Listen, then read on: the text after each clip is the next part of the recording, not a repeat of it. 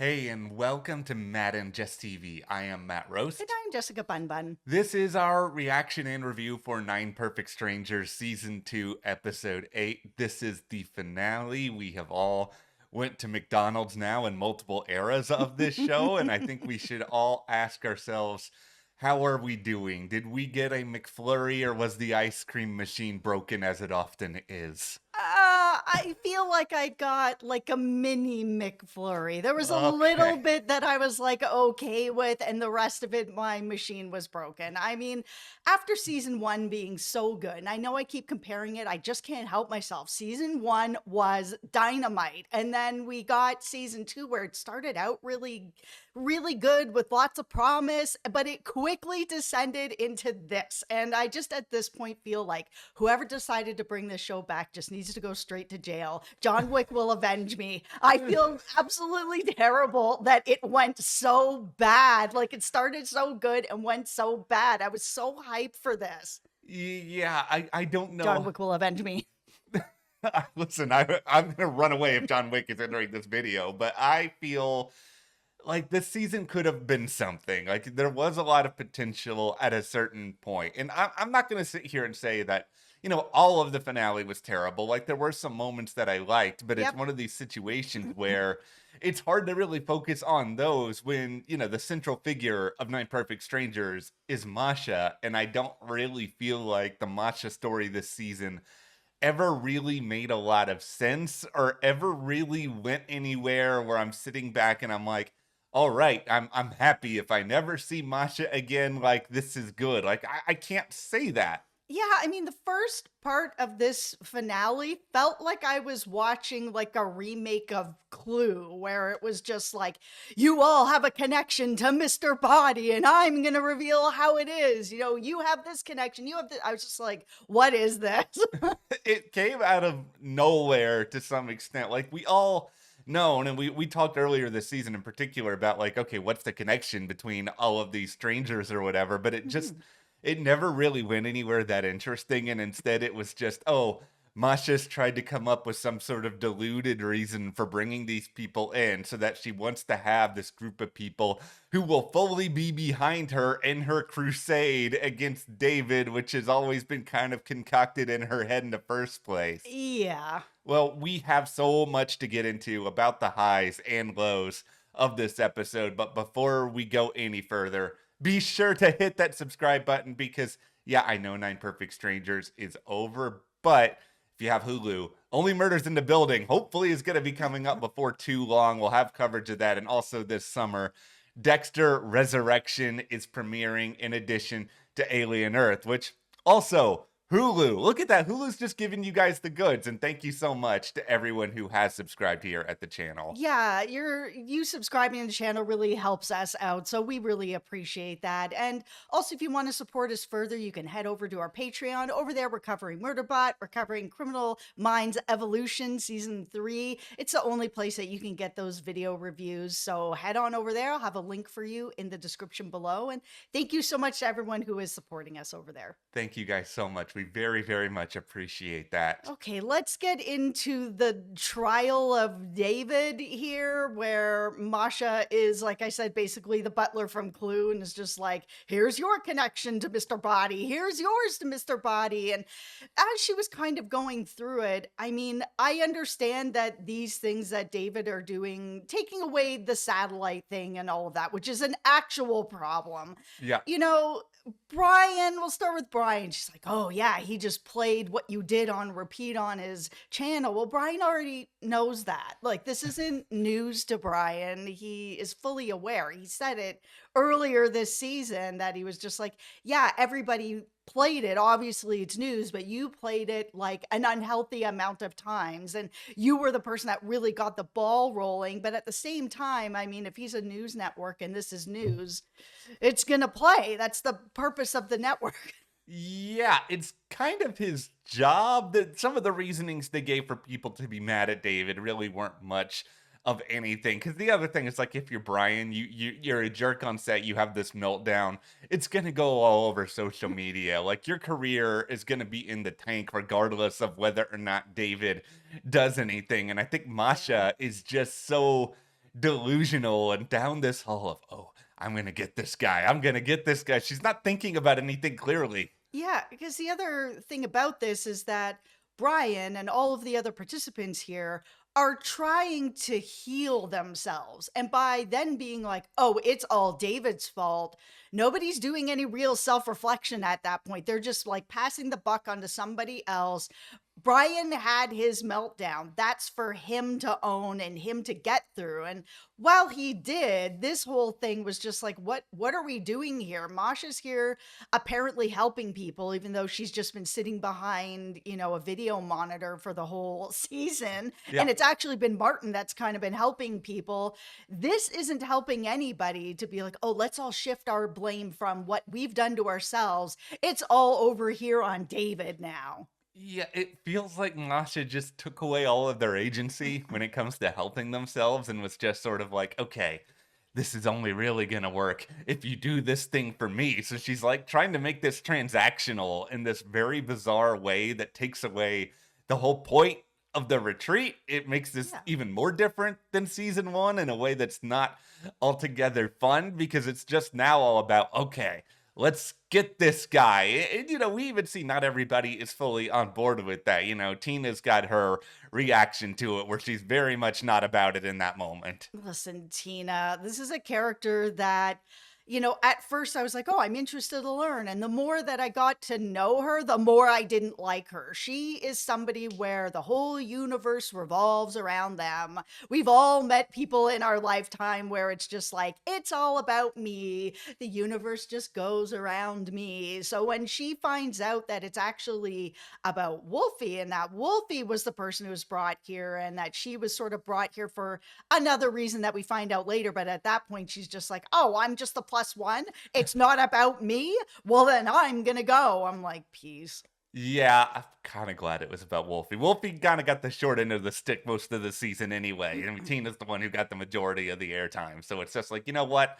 I'm fine with all of that. But we have this whole situation where Masha is going through all of this and trying to get everybody to feel the way that she feels. And at a certain point in this, I'm just all like, okay, can this all be over at this point? Can we just like I have never been so grateful to have Martin just become the main character mid meltdown and just like move this forward. Well, let's get into what it is that Masha was trying to do with each of the participants here, because we've gone over Brian Yeah. and Brian already knew what David had done to him. So Wolfie finds out that he ended up like closing up this, scholarship that she was going to end up happening because the charity and everything that was associated with it was not a tax write-off anymore. That is something as a billionaire that he's probably not really going to know about.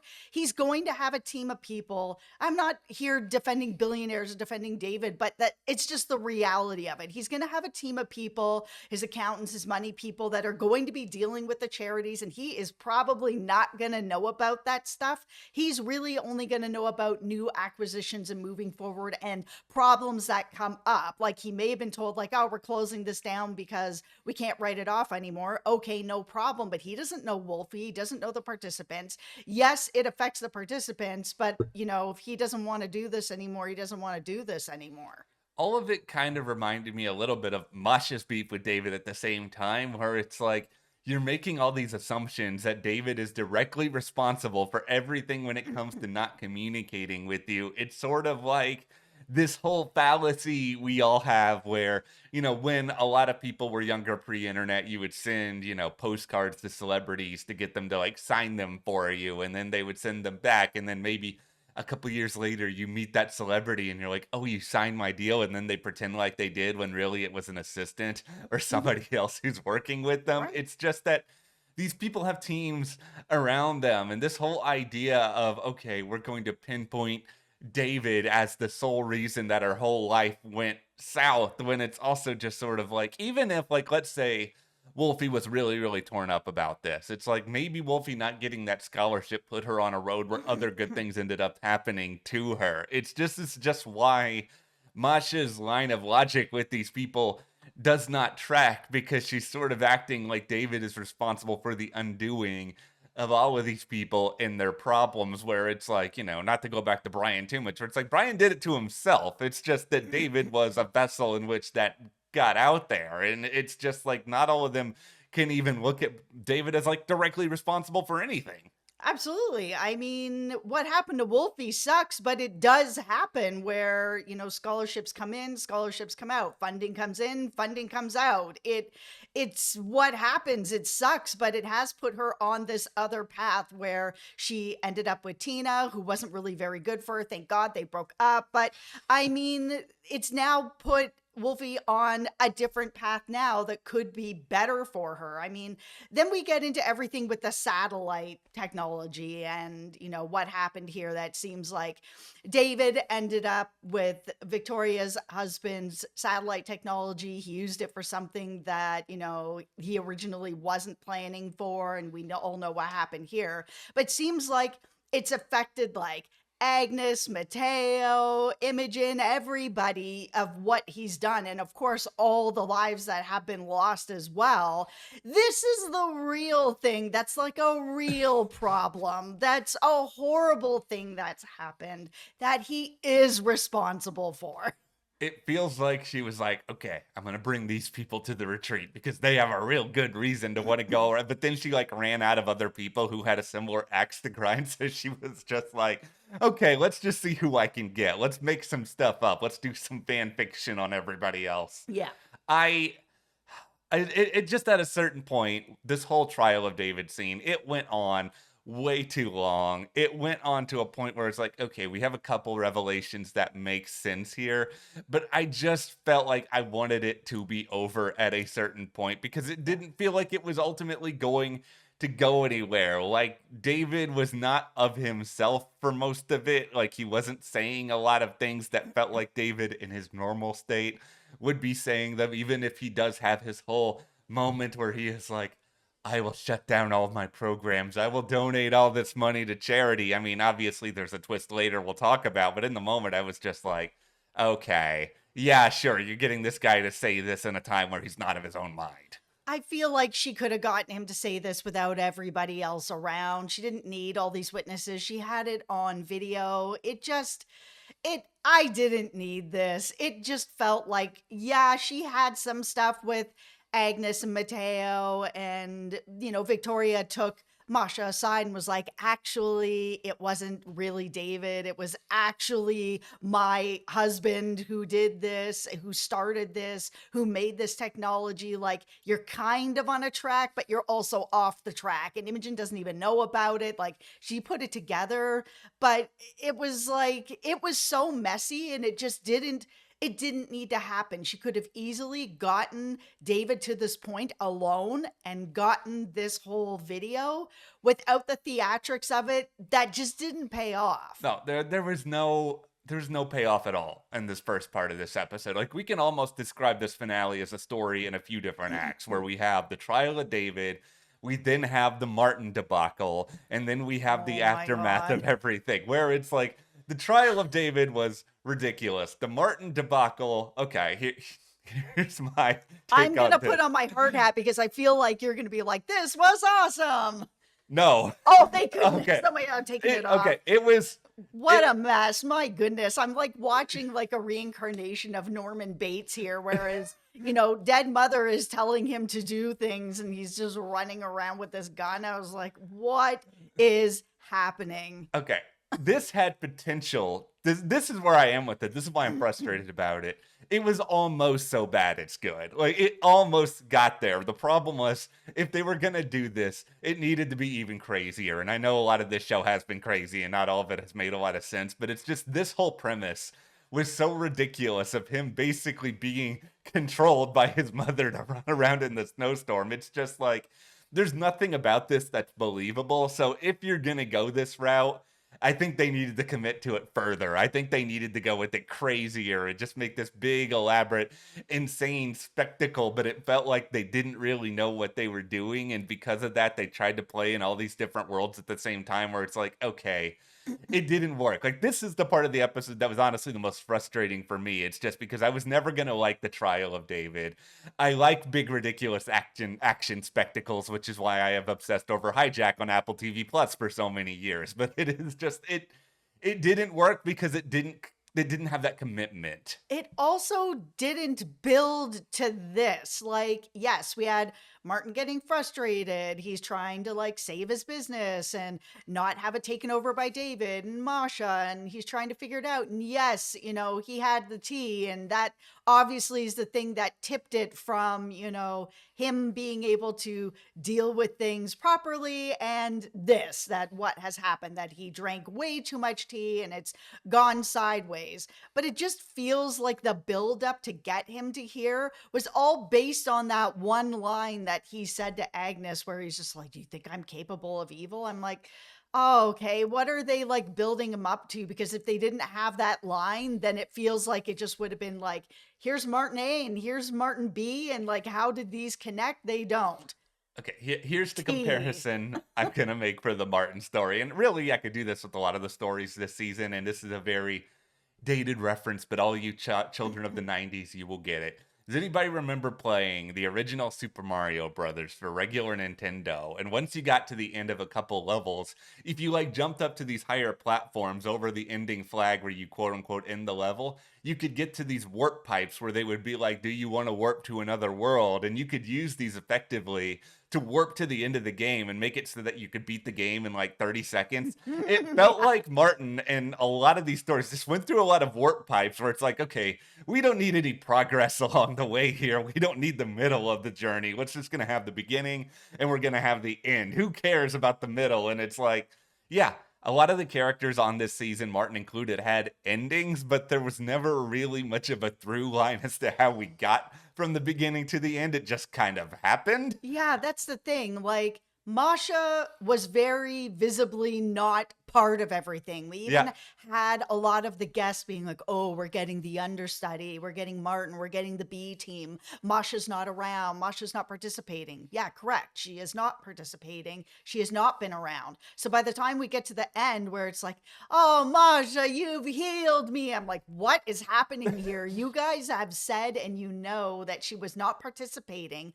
Martin is the person who took you guys on these journeys and got you to this spot that you guys were actually having breakthroughs. It wasn't Masha at all. She was off doing something else behind a camera this entire time. So for me, that was really frustrating to hear all this praise and flowers being given to Masha for nothing. Like, she just wasn't participating and she wasn't there. So that's why when the Martin story went as sideways as it did, like, I know later it was Masha was like, oh, the business is yours, it should stay in the family. I'm like, oh, how nice of you to not rob his legacy. Like, Yeah. aces, you're a real winner there. Real nice of you.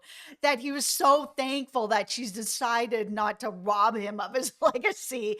He's just like, oh, I don't know if I can do it without you. I'm just like, no, man, bro, you did it without her this Yeah. whole time. You just didn't have the confidence, but you did do it without her. You did a lot of good things, Martin. And this whole ending felt a lot to me like, another dated reference here, everybody. This is my bag in this video. But the old weight loss commercials from like the early to mid 90s, where you would have people come on and be like, "Thank you. So, okay, I'm just going to do a Righteous Gems. Thank you, Baby Billy. You helped me lose 30 pounds Right. on this workout plan." And it's like Baby Billy did nothing. Baby Billy just sat in his office the entire time and put his face on like the medication or whatever it is. It's like, Masha, you did nothing. These people all just showed up to your retreat and then you get the credit.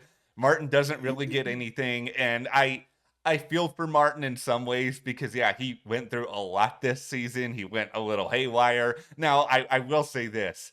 Did anyone out there actually think that Masha was gone at a certain point after the whole Martin debacle really went sideways in the snow? I hadn't ever hoped for somebody's demise like I did at this point, where I was like, please just end this. This just needs to end. And if Masha is dead, that means there is no season 3. And can't even believe that I'm here after season one, where I was like, please give me season two. Oh my God, you guys gave me season two. Yeah. Now at the end of season two, I'm like, please kill off Masha so we don't have a season three. Okay, here's the thing. I do not want a season 3 with Masha, but then I was like looking at some of these individual end games after she miraculously turns out to be Oh my okay. It was goodness. just like, yeah, okay. Obviously, you guys don't want to take out Nicole Kidman, but the ending with Brian and Agnes, I really liked. Like, I will throw that out there. I really liked their relationship for a lot of the past few episodes. Yeah, sure. Once again, we skipped over the entire middle of their story and we just got to the beginning and then the end. But I was just sitting back and I was like, I actually probably would watch a show of Agnes and Brian just like touring around and doing puppet shows for people. It felt like he actually got the real redemption that he was looking to get, but it also felt like a lot of it came about because of himself, and really none of it came about because of Masha, or maybe Martin helped a little bit, but I kind of just feel like Brian ended up healing Brian. Brian healed Brian and Agnes healed Brian. And Brian helped heal Agnes as well. Like they really were what helped each other. So to see their ending, it was really satisfying that they're like, hey, do you want to get back into working with kids? Because I want to get back into that and get back into sort of working at hospitals and helping people out. Why don't we take this on the road and do this in a way where it's not so public, but you still get to do this and I get to do this with you? And they agree. I'm like, this is awesome. I love this. What was weird about it is seeing Brian have his breakup with his bear at the same time as seeing Wolfie and Tina, two like real humans, having a breakup. It didn't work the way that I think I wanted it to work, the way that they were going back and forth with Brian breaking up with his bear, which is an inanimate object. He's, this is something about himself Yeah. and leaving something of himself in the past. Where Wolfie and Tina, they're actually breaking up. This is a relationship that they've been in for quite a while now, and that relationship is ending so that these two people can move on and heal. Wolfie's going to go on to, take better care of herself because Tina was treating her like trash. Yeah. And now all of a sudden, without Wolfie there, she's able to play the piano again. I'm like, I just don't care. And I don't care that you get to have this talent back because you're just kind of a terrible person to the people around you and the people that loved you.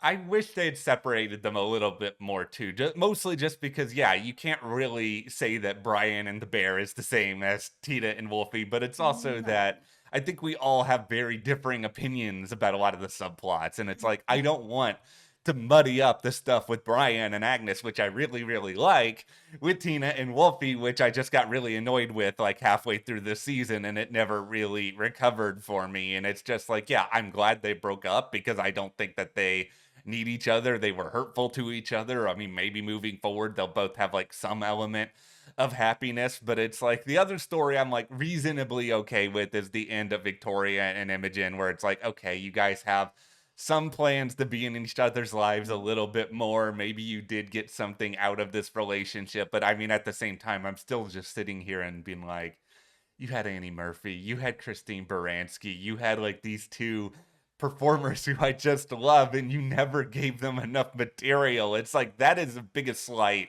as anything with this show. It's like the slight of omission. Yeah. And then we have like this ending of Peter where he's maybe gonna see Imogen again. I didn't care about this love story at all. And I No. think it's really hard because the love story in season one was so wholesome and so real and just it's so relatable. Like, and then you have this where it's like two rich people getting together. Oh, send the private jet, she'll be there. I'm just like, okay, sure, great.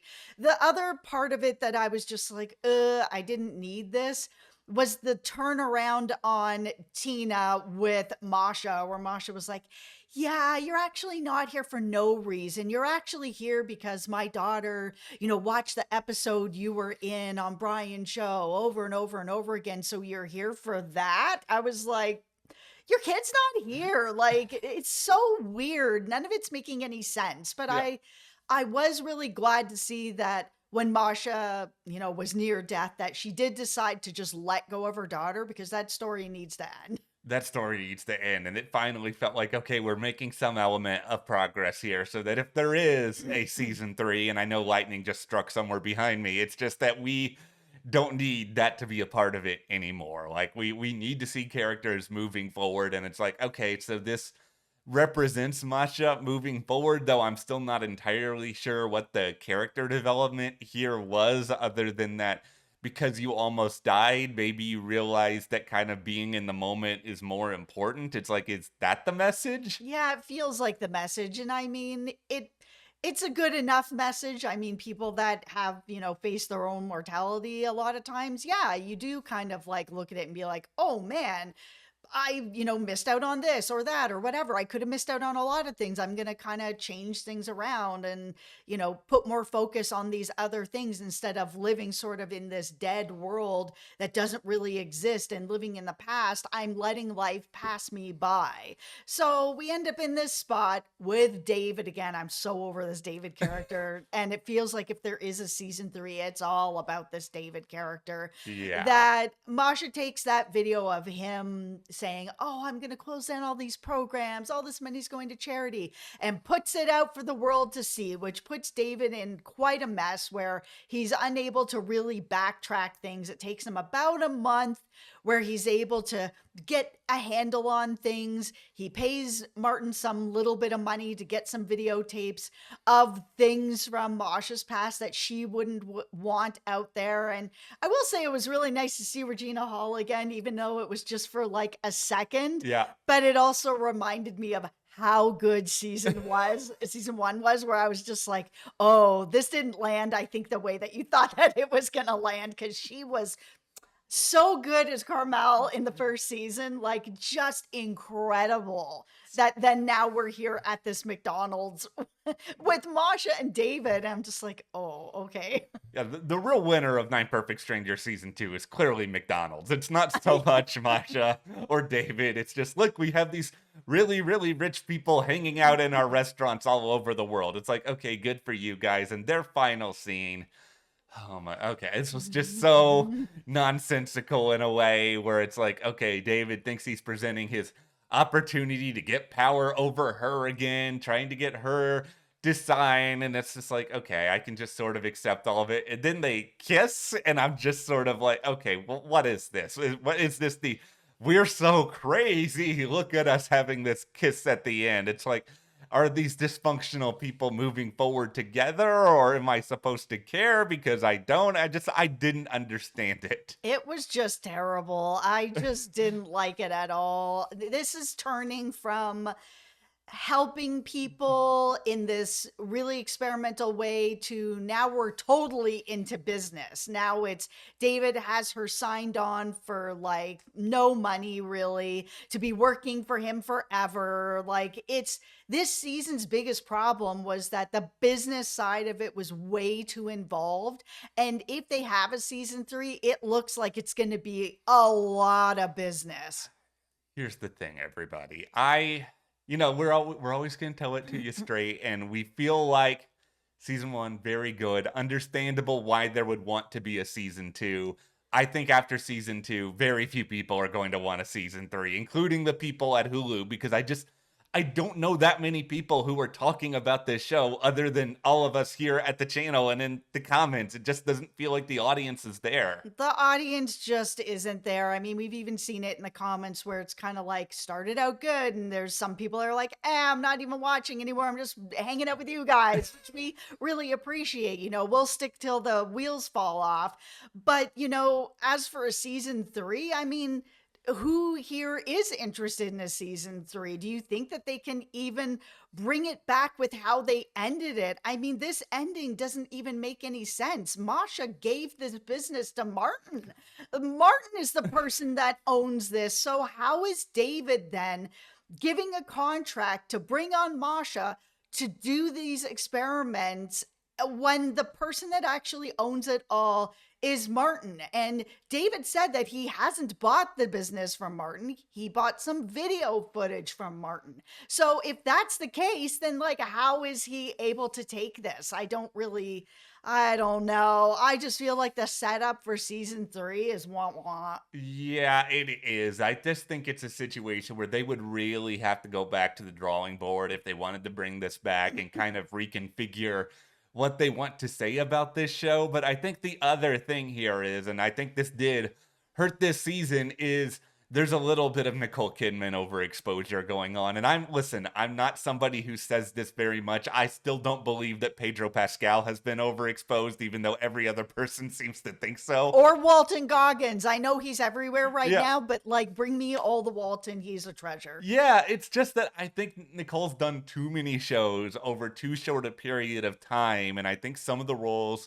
are a little bit too similar, or it's just the situation where some of them are a little bit too self-serious. Like, I think the reason why the Walton and Pedro, quote unquote overexposure works is, they're on SNL making fun of themselves, or they're doing really silly roles, and it's just a little bit different than doing really serious stuff time and again, where it's just, I think Nicole Kidman, we need a little bit of a break from her as a performer and just to kind of let her reset a little bit. But that is where we are at the end of Nine Perfect Strangers season 2. What a bizarre journey this is, but you know what?